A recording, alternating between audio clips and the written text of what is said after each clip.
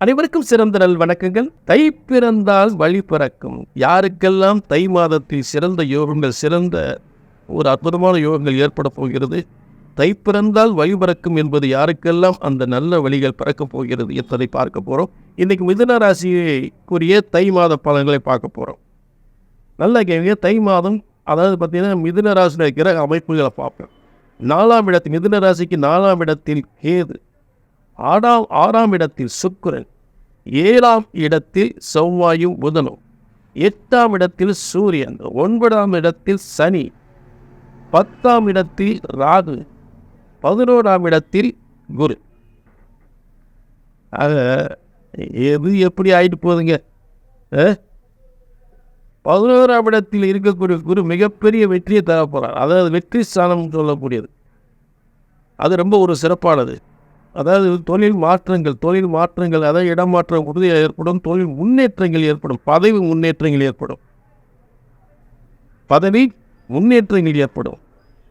உங்கள் ஆறுக்குரிய செவ்வாய் போய்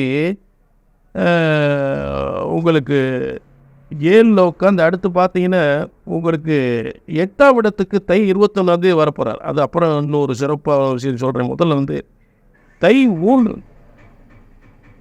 தை 3 என்பது உங்களுக்கு மிகவும் ஒரு முக்கியமான ஒரு நாளாக அமையும்.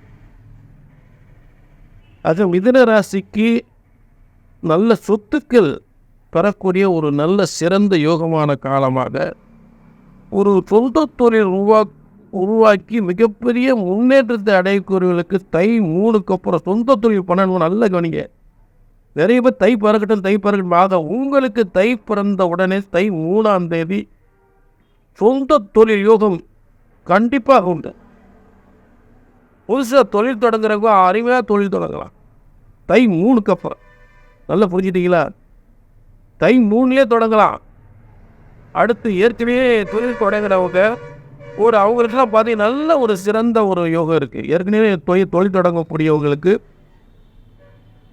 கூடுதலாக முன்னேற்றம் ஏற்படும் இந்த தை 3ல்.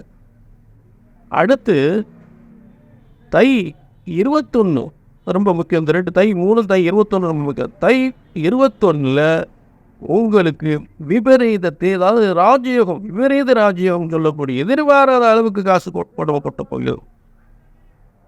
ஆக பூர்வ புண்ணிய சொத்துக்கள் மூலம் ஒரு சொத்தை விற்றோ அந்த தொழில் பண்ணலாம். பூர்வீக சொத்தை விற்று சில பேர் விற்று தொழில் தொடங்குறதுக்கு வாய்ப்புகள் ஏற்படும். கார் வாங்க முடியாதவங்க கார் வாங்கலாம். வீடு கட்ட முடியாதவங்க வீடு கட்டலாம். பூர்வீகத்தில் தாப்புனார் முன்னேற்றம் பெறக்கூடிய காலங்கள் தை 3க்கு அப்புறம் ரிஷபராசிக்கு, தை 21க்கு அப்புறம் அதை விட நினைச்சதெல்லாம் சாதிக்கக்கூடிய காலங்கள். இந்த 2 தேதிகள் ரொம்ப ரிஷபராசிக்கு மிகப்பெரிய முன்னேற்றம் தரக்கூடிய காலங்களாக அமையும். மீண்டும் ஒரு நல்ல சந்தர்ப்பத்தில் உங்களை சந்திக்கிறேன். நன்றி, வணக்கம்.